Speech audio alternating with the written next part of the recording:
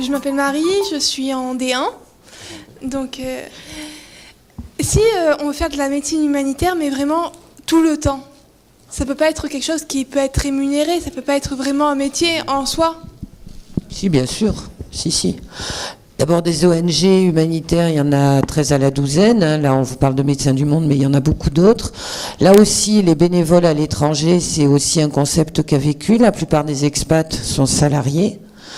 Parce que, moi je me rappelle il y a 15 ans où il y avait très peu de salariés, un copain qui était pédiatre, qui était au Pérou, qui rentrait, qui avait deux mômes, une main devant, une main derrière, qui s'est mis au RMI au RSA maintenant, le temps de retrouver, de pouvoir s'installer, je veux dire être expat. Il y avait quand même une précarité au retour en France qui était énorme, donc il y a des gens, moi je vois Médecins du Monde, j'y suis depuis 23 ans, je vois quand on se voit entre coordos, je vois des coordomèdes, ils sont là depuis 15 ans, 20 ans.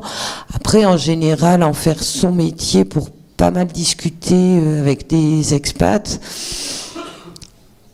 quand il commence à y avoir une vie de famille, c'est vrai que souvent ils commencent à en avoir marre un peu de bourlinguer, ils veulent rentrer en France. Mais c'est pas impossible du tout d'en faire son métier, c'est possible.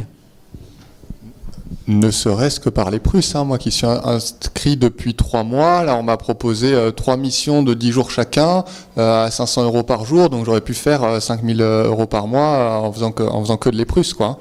Donc effectivement, c'est une des façons de faire. Alors après, quand il n'y a pas de crise, t'es au chômage. Bon, on s'en sort, hein.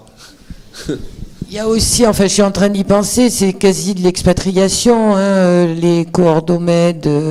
Là, on est en train d'en chercher un pour Mayotte. Bon, certes, il paraît que c'est la France, mais ça fonctionne pas du tout comme en France. Donc, il y a quand même aussi certaines zones dans le monde où, même si on est salarié en France, c'est quasi comme si on était expat au fin fond de la brousse.